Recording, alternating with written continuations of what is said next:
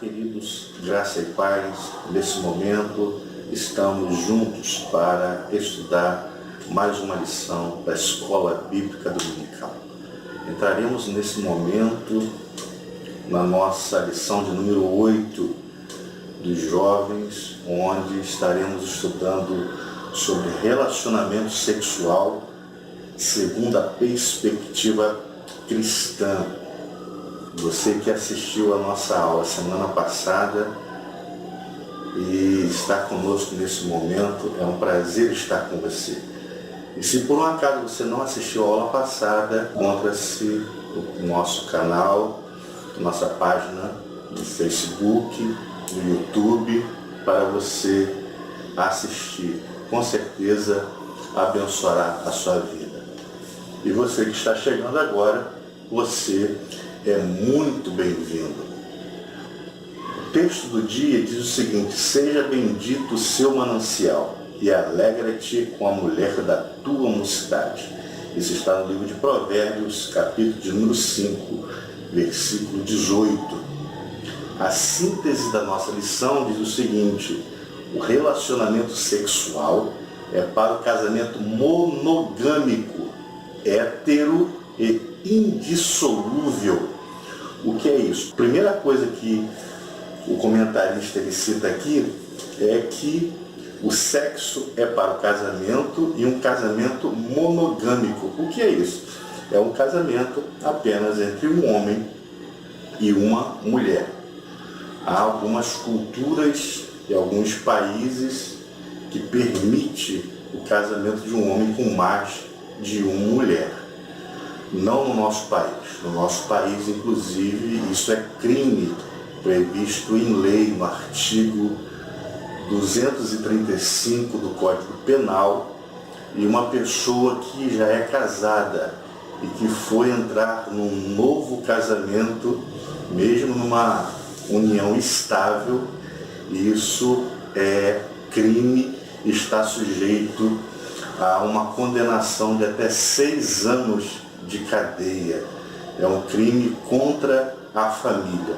Inclusive eu quero agradecer ao pastor Gabriel Mouzinho, da nossa igreja ali da DEC, que nos auxiliou nos dando esta consultoria, ele que é advogado e que nos deu esse esclarecimento. Um abraço, pastor Gabriel, um abraço, cantora Ellen, que Deus possa estar abençoando as vossas vidas. Além do sexo ser apenas para o casamento monogâmico, é para um casamento hétero, ou seja, o casamento de homem com uma mulher. E ele é indissolúvel, ou seja, depois que você contraiu o casamento, depois que você se casou, não tem mais como se dissolver, né? Lá, inclusive, na hora dos votos, diz que até que a morte o separe. Hoje, inclusive, com a lei, há uma facilidade muito grande de você dissolver o casamento através da separação, através do divórcio, mas, biblicamente falando, nós sabemos que o casamento ele é para a vida toda. A gente temos alguns objetivos com esta lição. O primeiro objetivo é compreender que o relacionamento sexual é para o casamento.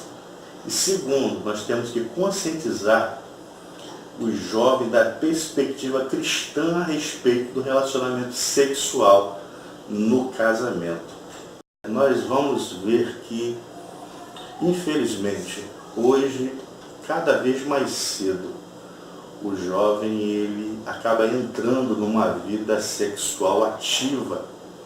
As moças, cada vez mais cedo, elas se formam, se tornam mulheres e acaba entrando num relacionamento, numa vida sexual ativa, e quando vai se ver, entra num namoro, começa uma relação sexual e daqui a pouco está grávida. Quando muitas acabam entrando pelo caminho da prostituição e quando vê acaba contraindo uma doença sexualmente transmissível.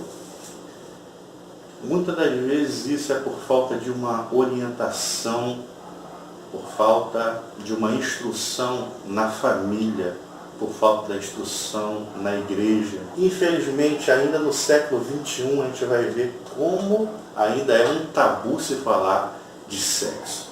Os pais têm dificuldade de conversar com seus filhos e alguns têm dificuldade de entrar nesse assunto que é melindroso. Não deveria ser melindroso, né? Deveria ser algo que os pais deveriam ter facilidade em conversar com seus filhos, principalmente os pais, o pai com o filho, o homem, a mulher com a filha, para que pudesse estar auxiliando, mas a gente acaba dizendo que eles precisam aprender com a vida. E hoje, com a era da modernidade, a era da tecnologia da informação, em que a informação ela circula numa velocidade tão grande, principalmente na internet, que às vezes se você não dá a instrução correta, as crianças, os adolescentes, os jovens, eles acabam pesquisando e procurando por isso na internet. E tomara que você esteja pesquisando e procurando por coisas sadias e tenha achado esta aula para nós falarmos desse assunto tão importante para a sua vida e para o seu futuro, não é mesmo? Deus, ele quando orienta Moisés, quando eles estavam na travessia do deserto, ele dá uma instrução para Moisés, para que os pais instruam os seus filhos nas portas de casa, para que eles possam colocar mesmo na cabeça da criança, para inculcar dentro da cabeça os ensinamentos bíblicos, para que ele não venha se desviar dos seus caminhos. A Bíblia ainda diz o seguinte: ensina o menino no caminho em que deve andar, e até quando se envelhecer não se desviará dele. Mas isso com um ensinamento sadio, correto, à luz da palavra de Deus, porque a Bíblia tem ensinamento para tudo. E o sexo, queridos, o sexo é para ser uma bênção na nossa vida. O sexo, Deus, depois de ter criado todas as coisas, lá no livro de Gênesis, capítulo 1, versículo 31, depois que Deus criou todas as coisas, no sexto dia, e viu Deus que era tudo muito bom, inclusive a criação do homem e da mulher. E uma das orientações que Deus deu para Adão e Eva ali no Jardim do Éden era para que eles viessem a crescer, se multiplicar e frutificar e encher a terra. Então, o sexo ele foi dado pelo menos por duas razões. Uma, pela questão da procriação. Segundo, por uma questão de uma regulação, ou seja, por uma questão de bem-estar, de prazer mesmo, para sentirmos prazer um com o outro, para nos sentirmos bem. E Deus, vendo que tudo era muito bom, não deixou de fora a parte sexual, não é mesmo? Então nós temos que desfrutar bem, mas para isso nós precisamos escolher a pessoa certa, a pessoa correta, porque isso é para a vida toda. Vai ser sobre isso que nós vamos estudar nesta lição. A introdução vai dizer o seguinte: alguns livros bíblicos quase não foram inclusos no cânon sagrado devido à temática sexual. Felizmente, eles foram incluídos e hoje servem como orientação para casados e solteiros que desejam viver de modo que agrada a Deus. Na lição de hoje, estudaremos a respeito de um desses textos. Veremos também a resposta do apóstolo aos questionamentos da igreja de Corinto sobre o casamento e a castidade. Nós vemos que quando, segundo o comentarista, quando eles estavam selecionando os livros para fecharem um cânon sagrado, nós temos hoje 66 livros que compõem a Bíblia Sagrada. Uma das dificuldades foi de escolher livros, e um dos critérios foi a questão da sexualidade. Um dos temas foi a questão sexual. E um dos livros, segundo o comentarista, praticamente ficou de fora, quase fica de fora, pela questão sexual. Um desses livros foi o livro de Provérbios, o outro livro foi o livro de Cantares, ou Cântico dos Cânticos. São livros poéticos, sapienciais e livros que retratam bem a questão sexual, porque a Bíblia ela trata praticamente de todos os assuntos, inclusive a questão sexual. Geralmente as pessoas costumam espiritualizar o livro de Cântico dos Cânticos e acabam dizendo ali sobre a questão espiritual, espiritualizam totalmente o texto e colocam ali como um relacionamento entre Deus e a igreja. Nós até podemos espiritualizar, mas nós sabemos que o livro Cântico dos Cânticos, ele foi escrito por Salomão e retrata o relacionamento, o romance de um homem com uma mulher. Retrata ali o relacionamento de Salomão com a sua morena, de um casal apaixonado. Então ali tem vários diálogos e isso serve de instrução para nós, literalmente, para uma vida sexual. Mas nós sabemos que o sexo só depois do casamento. Jovens, se contenham, se segurem, se preservem para o melhor de Deus para a sua vida, que é para depois que você se casar. Então nós vemos aqui que houve uma certa dificuldade na escolha dos livros no que tange a sexualidade. E uma segunda questão é que nós vamos estudar Paulo escrevendo e orientando a igreja de Corinto por uma questão ali de dificuldade que estava passando aquela igreja. Então nós vamos falar um pouco sobre o casamento, sobre a questão da castidade, o celibato, nos próximos minutos da nossa lição. O primeiro tópico vai falar sobre o relacionamento sexual no casamento. A dificuldade na canonização de textos bíblicos que tratam de relacionamento sexual.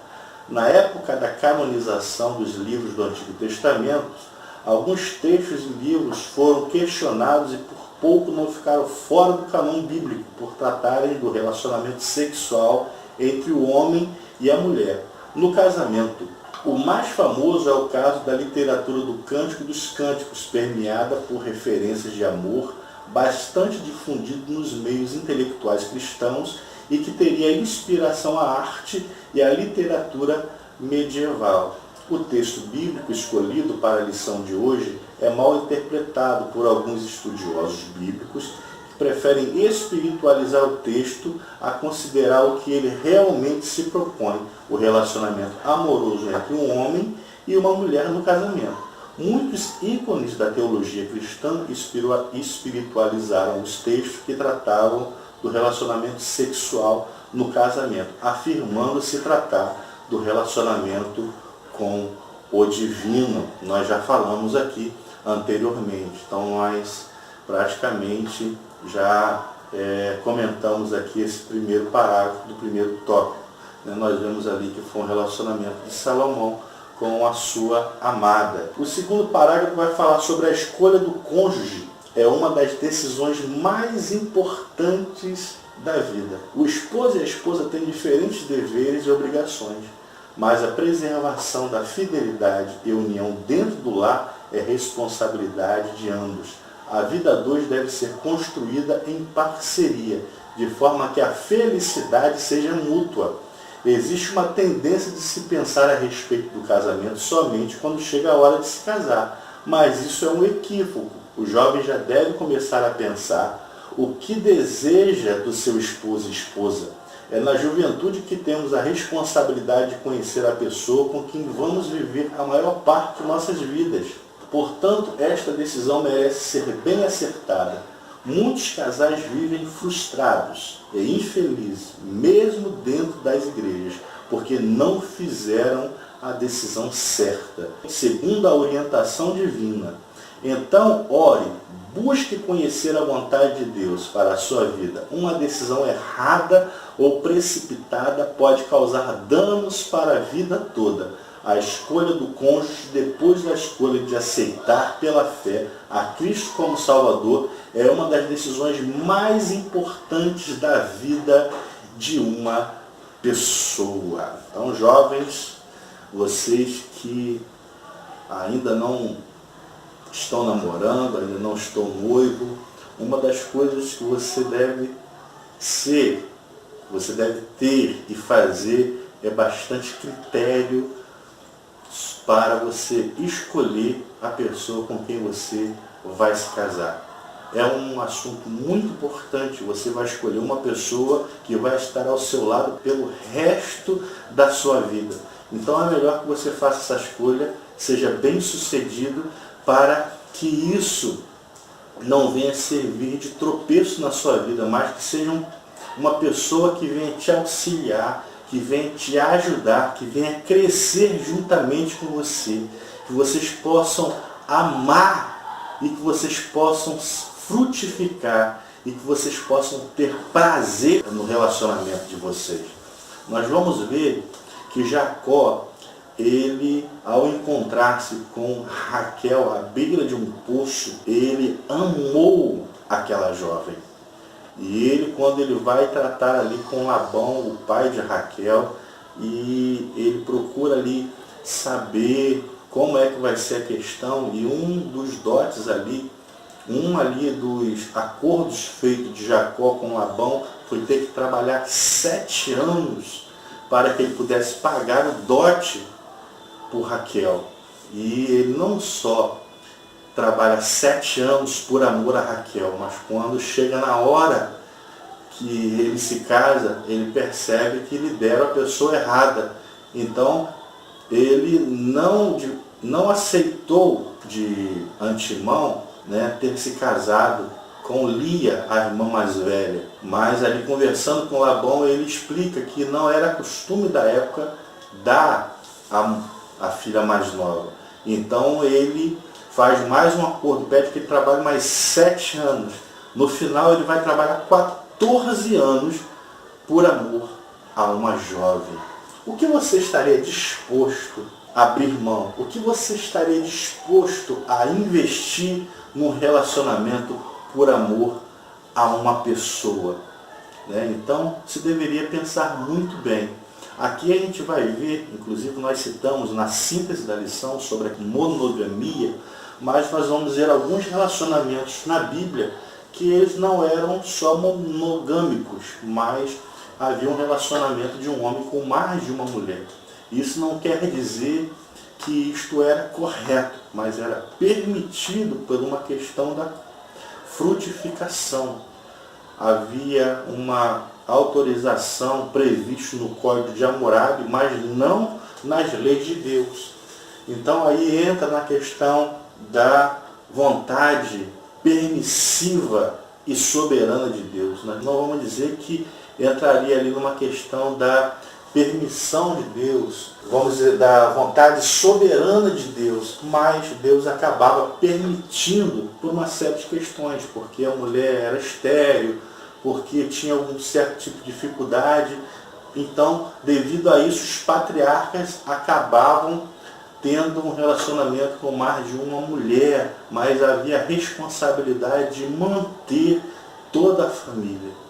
No caso de Abraão ele tem um relacionamento com Sara, e depois ele se casa com a escrava de Sara, que é Agar. Mas isso mais lá na frente nós vamos ver que houve um problema de conflito na família, porque havia esse relacionamento bigâmico na família do patriarca Abraão.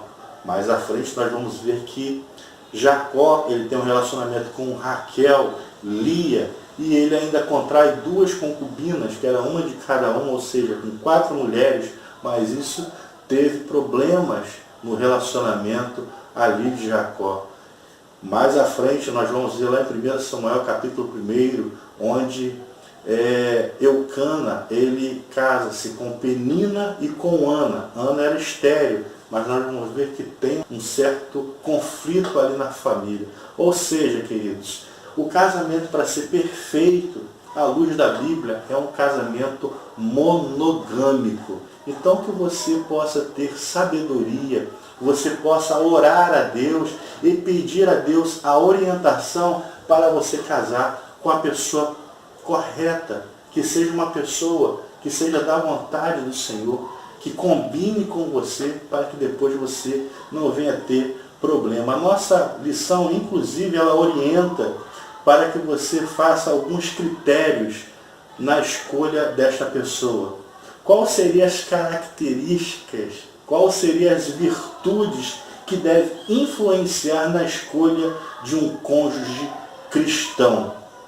Será que é o que? É só beleza? Caberia aí na balança se o jovem é trabalhador, se é pessoa de boa índole, de bom caráter, que tenha ética, que seja um bom servo do Senhor? E quais seriam as possíveis dificuldades para você encontrar? Principalmente aí eu acredito que as jovens, para encontrar um rapaz aí para você se casar. Mas, qualquer que seja essa escolha, eu gostaria de sugerir que você anotasse como deveria ser o jovem dos seus sonhos, o rapaz dos seus sonhos. Anota, coloca num papel e apresenta diante de Deus.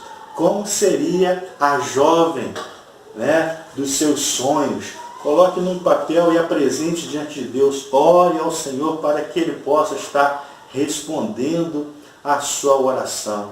A Bíblia vai dizer que Isaac, na realidade, ele não escolheu casar com Rebeca. A escolha foi praticamente do seu pai, que dá instrução ali ao seu servo Eliezer. Dá uma série de instruções para que seja uma pessoa da família, que seja uma pessoa que fazia parte da linhagem patriarcal.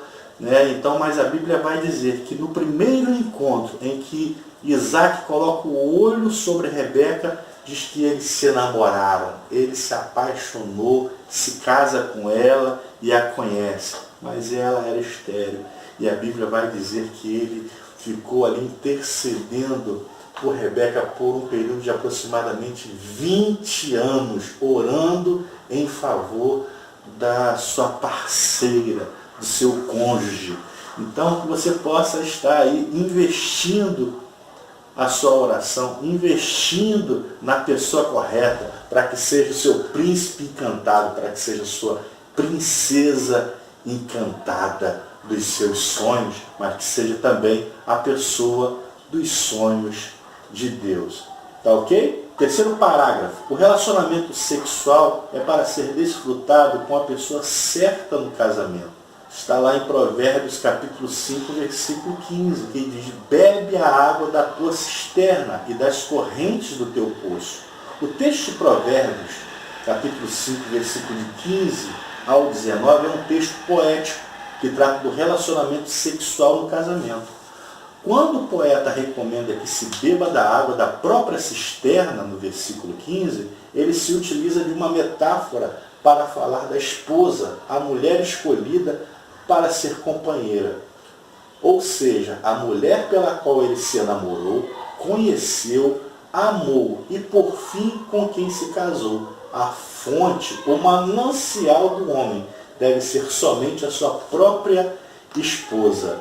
O texto bíblico mostra que o prazer sexual no casamento é legítimo, pois foi idealizado e instituído por Deus. Tá lá, a gente tem aqui uma referência e eu gostaria de ler junto com você. Êxodo capítulo 20, versículo 17 diz: não cobiçarás a casa do teu próximo, não cobiçarás a mulher do teu próximo, nem o seu servo, nem a sua serva, nem o seu boi, nem o seu jumento, nem coisas alguma do teu próximo. Então nós deveríamos ter prazer com a nossa mulher. E aqui fala no que tange a fidelidade conjugal. Por isso que a escolha deve ser correta. Por isso que deve ser a pessoa certa, para que não venha a ter problemas dentro do relacionamento.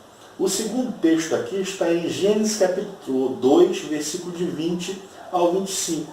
E Adão pôs os nomes a todo o gado, e às aves do céu, e a todo animal do campo. Mas para o homem não se achava adjuntora que estivesse como diante dele. Então o Senhor Deus fez cair um sono pesado sobre Adão, e este adormeceu, e tomou uma das suas costelas, e cerrou a carne em seu lugar. E da costela que o Senhor Deus tomou do homem, formou uma mulher, e trouxe a Adão. E disse a Adão: esta é agora osso dos meus ossos, e carne da minha carne, e esta será chamada varoa. Então foi ali que Deus providenciou a companheira, a adjuntora, a auxiliadora, a parceira para Adão. E eles cresceram juntos. Que assim seja na sua vida. O sexo é para ser bênção, mas dentro do casamento e não fora, e que seja um casamento onde haja fidelidade conjugal. Quarto parágrafo diz o seguinte: o relacionamento sexual e a fidelidade conjugal. O texto aqui é em Provérbios capítulo 5, versículo 16 ao 19. Quando o casal procura seguir os preceitos bíblicos em seu relacionamento conjugal, a alegria e a fidelidade são apenas uma consequência. No relacionamento marido e mulher não pode haver egoísmo e nem orgulho, pois esses sentimentos trazem consequências ruins, como por exemplo a infidelidade. Deus abomina todo e qualquer relacionamento fora do casamento. Está em Êxodo capítulo 20, versículo 14. Não adulterarás.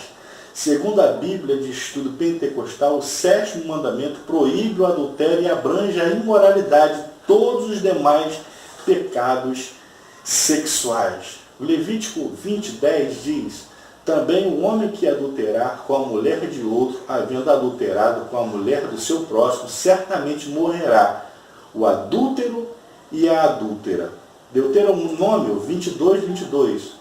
Quando um homem for achado deitado com mulher casada com o marido, então ambos morrerão, o homem que se deitou com a mulher e a mulher. Assim tirarás o mal de Israel. No casamento, mesmo entre duas pessoas crentes, a convivência no dia a dia não é nada fácil, pois são duas pessoas diferentes, mas com a ajuda do Senhor, com a oração e o diálogo, as dificuldades são vencidas. Por isso, no período de namoro e no casamento, o casal deve orar junto e não permitir que nada venha impedir o diálogo, que é imprescindível para manter a saúde de um relacionamento. Jovem, se você ainda não tem essa pessoa, que você possa buscar a ter em oração. Se você já tem, já está aí no seu namoro, noivado, que vocês conversem bastante sobre esse tema, sobre este assunto, para quando vocês chegarem a se casar, vocês não terem esse tipo de problema. E se porventura já tem alguma pessoa, algum jovem, alguém que já seja casado, vocês conversem, se comuniquem. É um assunto de extrema importância e não deixe que o inimigo coloque contenda nem dificuldade para vocês se comunicarem, porque a comunicação é de muita importância. Vocês precisam conversar, dialogar e inclusive falar sobre o sexo, o que um gosta, o que o outro não gosta, porque a Bíblia vai dizer, e nós vamos ver aqui, que nós não devemos se afastar por muito tempo do nosso cônjuge, a não ser para se aplicar na questão da oração.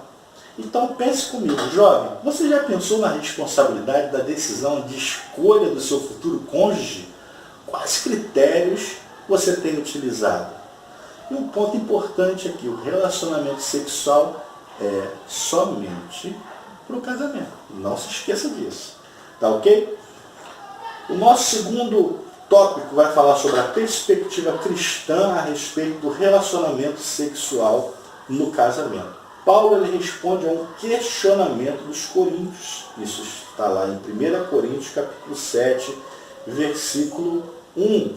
Diz assim: ora, quanto às coisas que me escrevestes, bom seria que o homem não tocasse em mulher. A igreja em Coríntios havia se tornado uma das maiores daquela região e os padrões morais dos novos convertidos eram bem diferentes do estilo de vida das outras pessoas que moravam na cidade. Por isso surgem algumas dúvidas acerca do casamento, que precisavam ser esclarecidas pelo apóstolo. Paulo utilizava as epístolas para orientar os crentes com relação a um novo modo de vida, pois havia naquele tempo muitos gnósticos que consideravam que o corpo era mau e o espírito bom. Tal pensamento provocava dois tipos de comportamento. O primeiro, levava as pessoas a fazerem o que bem entendessem com o seu corpo, uma vez que a crença era de que o espírito não seria afetado. O segundo comportamento era exatamente o inverso. Baseado na mesma crença de que o corpo era matéria má, então seria melhor não fazer nada com ele para mortificá-lo. Portanto, os dois extremos eram ruins.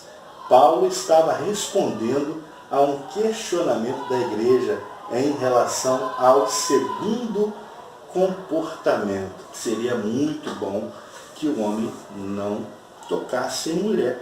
Mas a gente vai observar que nem para todos Deus dá este dom, que é a questão do celibato. Nem todos aguentam ficar fora de um relacionamento. Nem todos aguentam a questão da abstinência sexual. Nem para o homem e nem para a mulher. Por isso a Bíblia vai dizer, seria bom que o homem não tocasse em mulher, mas é melhor que se casem do que viverem abrasados, principalmente na questão ali dos crentes de Corintos, porque a cidade vivia debaixo de uma prostituição. A gente vai ver mais à frente na lição que as jovens que moravam naquela cidade, só pelo fato de morar, já era considerada uma prostituta. Vejam só o tamanho e o nível de prostituição que tinha aquela cidade.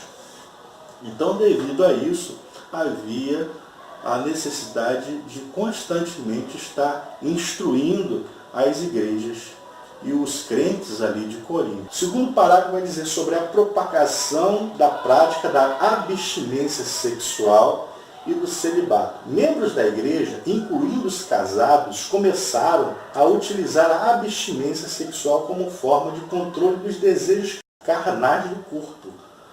Isso se tornou um grande problema, pois não se imagina um casamento em que cada um dos cônjuges vê o relacionamento sexual como algo desprezível, enquanto o outro o vê como algo essencial e necessário.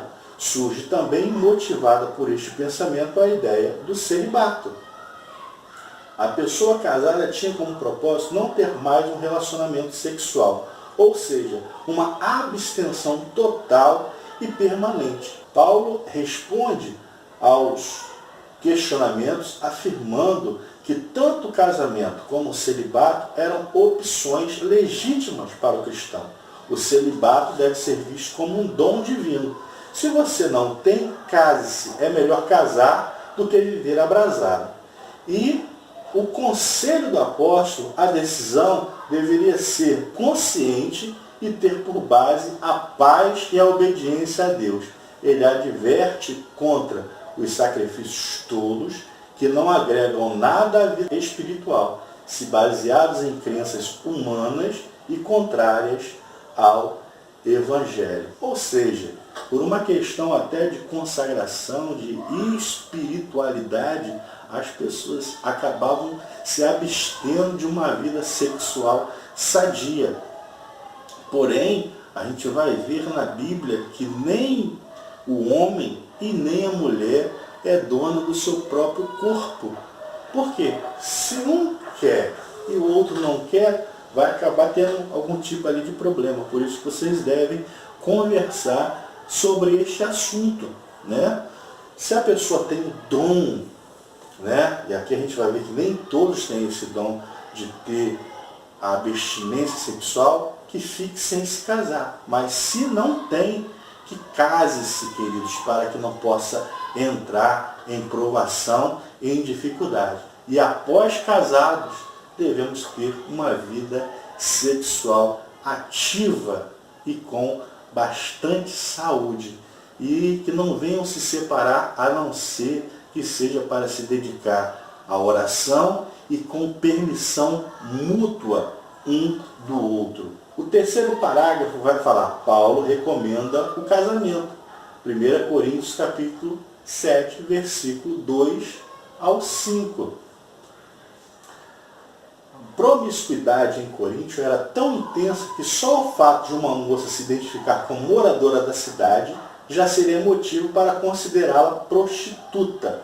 O apóstolo cita a prostituição na cidade como um perigo para aqueles que queriam ficar solteiros e para os casais que estavam se abstendo do relacionamento sexual. Ele reconhecia que poucas pessoas teriam disposição necessária para manter inativa a sua capacidade sexual. Então Paulo recomenda o casamento e o relacionamento sexual dos cônjuges, visando a procriação e o prazer de ambos. Paulo também ressalta a dignidade da mulher e coloca a esposa como possuidora dos mesmos direitos e responsabilidades, com voz para decidir, juntamente com o esposo, a respeito do comportamento a ser adotado no relacionamento sexual. Paulo afirma que cada cônjuge tem o poder sobre o corpo do outro. Esta recomendação paulina não dá liberdade para abuso de nenhuma das partes. Por isso, é importante o bom relacionamento do casal para um relacionamento feliz e sem constrangimento. E, acima de tudo, com respeito à dignidade um do outro. Em todas as coisas, precisamos agir como filhos de Deus. Jovem, você tem buscado conhecer a vontade de Deus antes de começar um namoro? Isso é coisa séria. Você está vendo aqui os assuntos que a gente está interagindo com você. E um ponto importante, a palavra de Deus tem prescrições importantes para um namoro e um casamento saudável e feliz. A conclusão da nossa lição diz o seguinte: o texto de Provérbios, capítulo 5, versículo de 15 ao 19, trata a respeito do relacionamento sexual entre os cônjuges. Um relacionamento feliz e harmonioso é uma prevenção contra a infidelidade. A escolha do futuro cônjuge é uma das mais importantes decisões que o jovem precisa tomar. Por isso, ore, busque a direção do Senhor para que você seja bem-sucedido. Amém? Então, nós chegamos aqui ao término de mais uma lição. Eu gostaria de tirar aqui uma das perguntas do questionário, que é a hora da revisão. A pergunta de número 3 diz o seguinte: o relacionamento sexual é para os solteiros? Resposta: não. Segundo a palavra de Deus, o relacionamento sexual é para ser desfrutado no casamento. Então, que você possa fazer uma boa escolha, que você possa orar, pedir orientação a Deus, para que você possa escolher a pessoa correta com quem você vai viver o resto da sua vida. Eu quero agradecer você que assistiu a nossa aula até o final. Se você gostou do conteúdo desta lição, eu vou pedir para você dar um joinha, para você dar um curtir, um like na nossa lição, ou no Facebook, ou no YouTube, para você se inscrever no nosso canal. E se você puder, comente e compartilhe nas suas redes sociais. A nossa próxima lição, nós vamos estudar sobre o tema Seja Santo, Fuja do Pecado. Tá ok? Que Deus te abençoe e até a nossa próxima aula, o nosso próximo encontro, querendo Deus. Forte abraço!